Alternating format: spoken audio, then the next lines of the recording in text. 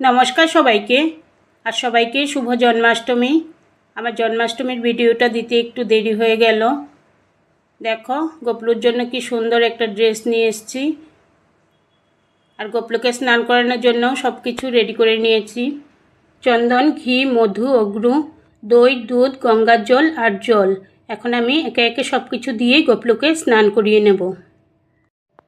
আজকে জন্মাষ্টমীর জন্য আমি আর আমার মেয়ে দুজনেই উপোস করেছি, তো দুজনে মিলেই পুজো করে নেব।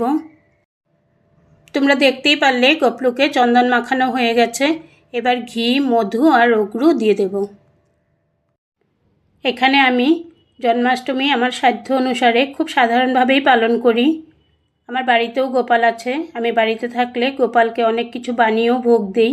এখানে আমার নিরামিষ বাসনপত্র কিছুই নেই, তাই সব কিছু বাজার থেকে কিনে এনেই দিতে হয়।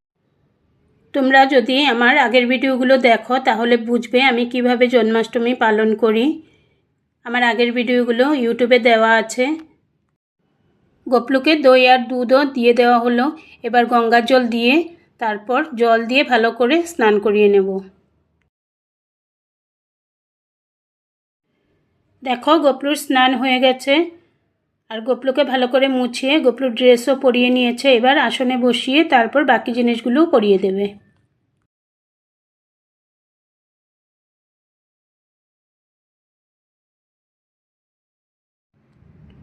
দেখো গোপলুর মুকুটটা চুলের সঙ্গে ভালো করে ফিট হচ্ছিল না, তাই চুল সরিয়ে তারপর মুকুটটা পরিয়ে দিল। গোপলুকে সুন্দর করে সাজানো হয়ে গেছে। এবার গোপলুর জন্য ফুলের মালা নিয়ে এসেছিলাম, সেগুলো পরিয়ে দেব। দেখো গোপলুকে মালা পরাতে গিয়ে আবার মুকুটটা পড়ে যাচ্ছিল। গোপলুর জন্য একটা ফুলের মুকুটও নেওয়া হয়েছিল, তাই ভাবলাম সেই মুকুটটাই পরিয়ে দিই। দেখো গোপলুর মাথায় ফুলের মুকুটটা কি সুন্দর ফিট হয়েছে। হয়তো গোপলুর ইচ্ছে ছিল এই মুকুটটাই পরার, তার জন্যই আগের মুকুটটা বারবার পড়ে যাচ্ছিল।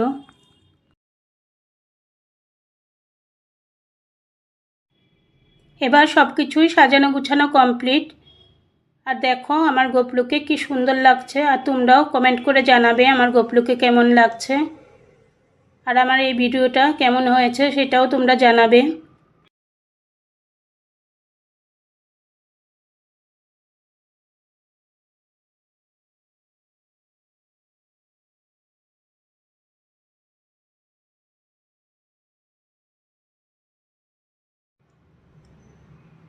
এখন আমার মেয়ে আরতি করে নেবে, আরতি হয়ে গেলেই পুজো কমপ্লিট। আর এই ভিডিওটা যদি তোমাদের ভালো লেগে থাকে তাহলে লাইক, শেয়ার আর কমেন্ট করে দিও। আর যারা যারা আমার ফেসবুক পেজটাকে এখনও ফলো করোনি তারা ফলো করে নিও। আর হ্যাঁ, যারা ইউটিউব চ্যানেল থেকে দেখছো তারাও আমার চ্যানেলটাকে সাবস্ক্রাইব করে নিও। Thank you, by.